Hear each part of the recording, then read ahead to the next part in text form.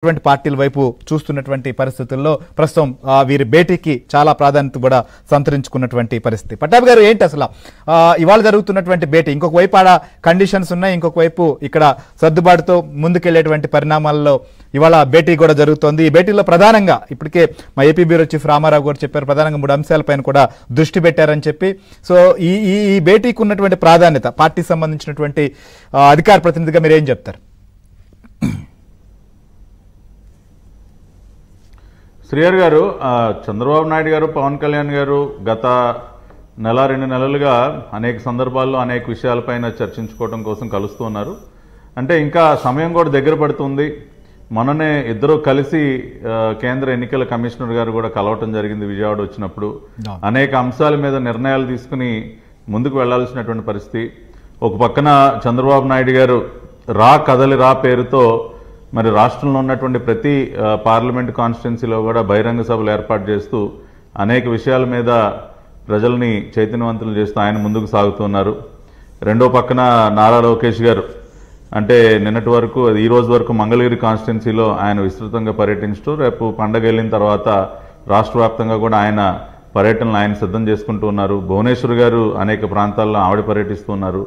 కాబట్టి political activity, ఎందుకంటే వచ్చే నెల ఏ సమయంలో అయినా కూడా నోటిఫికేషన్ కూడా వచ్చేటటువంటి అవకాశం ఉంది. కాబట్టి అనేక అంశాలు, అది సీట్ల సర్దుబాటు కానివ్వండి, రెండు పార్టీలు ఎక్కడెక్కడ ఎవరెవరు ఏ సీట్లలో పోటీ చేయాలన్న అంశం మీద కానివ్వండి, మరీ ముఖ్యంగా మేనిఫెస్టో ఏదైతే ఉందో, మరి సూపర్ 6 ఆల్రెడీ తెలుగుదేశం పార్టీ విడుదల చేసి బాబు షూరిటీ భవిష్యత్తుకు గ్యారంటీ పేరుతో ఇంటింటికి వెళ్ళి ఒక కార్యక్రమాన్ని మేము విస్తృతంగా చేపడుతూ ఉన్నాం. జనసేన వైపు నుంచి కూడా అనేక ప్రతిపాదనలు రావటం జరిగింది. మొన్న ఈ మధ్యనే టీడీపీ జనసేన ఉమ్మడి మేనిఫెస్టో కమిటీ కూడా సమావేశం అవడం జరిగింది. నేను ఆ కమిటీ సభ్యుడిగా, నేను యనమల గారు, మేమందరం కూడా అనేక విషయాలు జనసేన పార్టీ వైపు నుంచి వచ్చినటువంటి వారి టీం మెంబర్స్తో మేము చర్చించడం జరిగింది. మరి ఆ రోజున మీటింగ్ యొక్క సారాంశం ఏదైతే మేము ఆ రోజున మేము డిస్కస్ చేసాం, వాటి మీద కూడా మరి ఇరువురు నాయకులు ఈ రోజున చర్చించేటటువంటి అవకాశం ఉంది. కాబట్టి ఒకటి సీట్ల సర్దుబాటు, అదేవిధంగా సీట్ల కేటాయింపు, ఎక్కడెక్కడ కాన్స్టిట్యున్సీలను ఎవరెవరు చేయాలన్న అంశం మీద, అభ్యర్థులు విషయంగా కానివ్వండి, ఇటువంటి కీలక అంశాల మీద ఇవాళ ఇరువురు నేతలు కూడా చర్చించుకోబోతున్నారు. అదేవిధంగా రేపు ఉదయం అమరావతిలో మరి భోగి మంటలు కార్యక్రమంలో కూడా ఇద్దరు నాయకులు కూడా కలిసి పాల్గొనబోతున్నారు. కాబట్టి ఇది ఒక కీలకమైనటువంటి భేటీగానే మనం అనుకోవాలి. సంక్రాంతి తర్వాత మరి అభ్యర్థుల జాబితాలు కూడా విడుదలయ్యేటటువంటి అవకాశం ఉంది.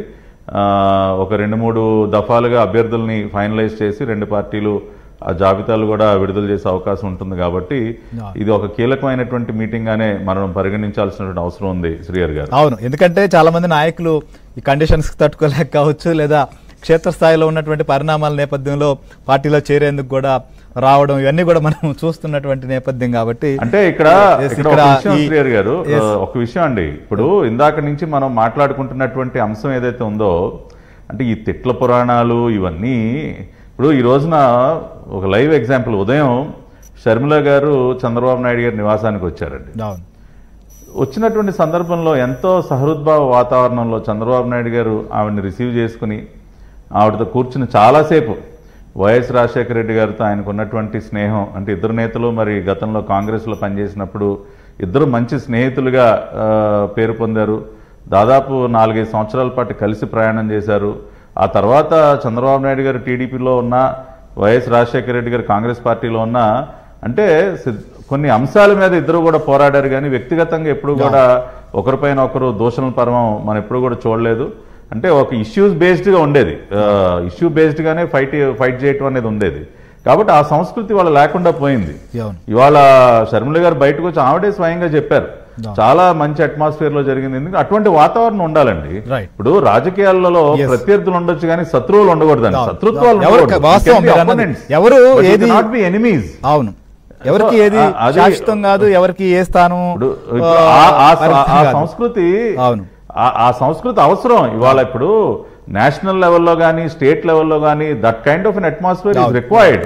అంతేగాని ఇప్పుడు రెండు పార్టీల్లో ఉన్నంత మాత్రాన ఒకళ్ళ మొక్కలు అసలు చూసుకోకుండా అసలు ఏదో కత్తులు చూసుకోవటం ఇదేం పద్ధతి అండి? అసలు అదే జగన్మోహన్ రెడ్డి గారు పార్టీ వాళ్ళ పార్టీలో ఉన్నటువంటి నాయకుల్లో చూడాల్సింది కూడా అదే చూస్తా ఉన్నారు.